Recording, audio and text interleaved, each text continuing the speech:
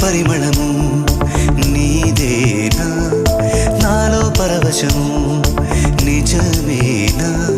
బొండు మల్లి పువ్వు కన్నా తేలికగు నీ సోకు రెండు కళ్ళు మూసుకున్నా లాగు మరి నీ వైపు సొగసును చూసి పాడగాయలా కనులకు